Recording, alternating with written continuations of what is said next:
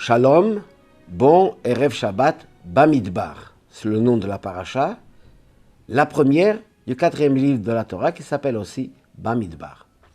Nos sages qui ont fait notre calendrier ont instauré que la paracha Bamidbar, elle est toujours lue le Shabbat qui précède la fête de Shavuot. Cette année, Shavuot tombe, si Dieu veut, jeudi soir prochain, vendredi et Shabbat. En Israël, c'est qu'un jour. Nous faisons 2 jours, vendredi et Shabbat. Pour quelles raisons ont-ils fait que cette paracha doit être toujours lue avant Shavuot? De nombreuses raisons. Parmi elles, cette paracha raconte ce que Dieu demande à Moshe de compter les enfants d'Israël. D'ailleurs, ça s'appelle Chomesh HaPkodim, le livre des nombres. Dénombrer, recenser le nombre des enfants d'Israël. Mais ce recensement se fait à plusieurs niveaux. D'abord, qui devait recenser? Eh bien, dit le texte, dans ce recensement-là, il fallait Moshe, le chef, le roi d'Israël, Aaron le grand prêtre, et les 12 princes des 12 tribus d'Israël. Il fallait que les 12 princes, qui représentent chacun sa tribu, que chacun est responsable pour le bien-être matériel et spirituel de sa tribu, et les défend évidemment, eh bien en l'occurrence, pour ce compte, il fallait que tous assistent et vont avec Moshe et Aaron. Pour toutes les 12 tribus, il fallait que tous les 12 soient présents. Et pourquoi? Il est expliqué dans la Chassidoute, c'est qu'en fait, c'était pour exprimer quelque chose de très important au niveau du nombre. Déjà, pourquoi les compter? Dieu sait combien nous sommes. Avant, après, ça n'a pas aucune importance. Il sait toujours. Eh bien, ici, le compte, c'était pour ressortir la qualité, la grandeur, la spécificité du peuple juif. Le Am Israël est appelé Am Echad. Goy Echad Baaretz. Un peuple. Un peuple qui doit être uni, qui est comme un. Le nombre le représente, puisque personne ne comptait plus qu'un, ni Moshe, ni le plus simple de peuple, l'Am Israël, ne comptait pour moins qu'un. Le compte, au niveau du compte, chacun est totalement à égalité. Ce qui représente l'âme, la neshama. L'âme est avechad lekulana. Nous sommes tous comme un.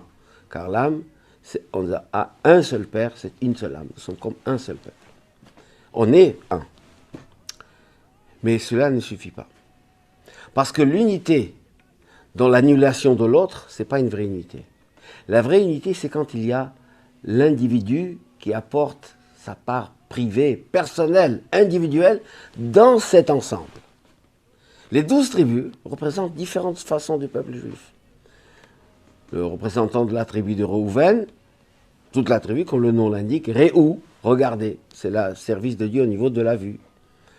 Shimon, entendre, le service de Dieu au niveau de l'ouïe. Zevulun, c'était la tribu qui était la tribu tout entière, consacrée principalement aux affaires. Ils ramenaient, faisaient les grands commerces, les hommes d'affaires, donnaient beaucoup de tzedaka, entretenaient la tribu de Yissachar, qui était consacrée spécialement à l'étude de la Torah. Chacun a une fonction, a une place personnelle et individuelle. Et là, c'est la grandeur de ce conte. C'est que, non seulement que ce n'est pas contradictoire, l'individu et la collectivité, comme on voit ça souvent dans d'autres systèmes, pas du tout. Au contraire, cette collectivité est formée d'individus où chacun apporte sa personnalité, sa spécificité, sa particularité, mais qui font un. En ayant tout le respect pour l'autre, en acceptant les différences, en connaissant soi-même et l'autre, et ensemble, dans cette ardout, dans cette unité, eh bien, on mérite de recevoir la Torah. Dieu a donné la Torah quand le peuple juif était arrivé au point de la montagne comme un. Ki ish echad belev echad, un seul homme. Mais avec l'apport personnel de chacun. Quand les deux sont réunis, alors c'est la perfection. Et comme on disons, Barachenu Avinu, bénis-nous notre Père, tous quand nous sommes comme un. Chaque individu reste dans sa individualité, mais il forme une unité avec les autres. Cette année particulièrement, Shnat Hakhel, l'année du rassemblement. Il est important qu'on se rassemble tous, comme au pied du mont Sinaï. écouter, entendre les 10 commandements de Hachem, eh bien pareil cette année, particulièrement on viendra tous très nombreux dans toutes les synagogues, sous les centres d'études, ce vendredi prochain pour écouter les 10 commandements, accepter la bénédiction divine, la recevoir, comme il est dit, Barcheinu Avinu, Kolanu Keechad, Dieu nous bénit comme nous sommes tous comme un.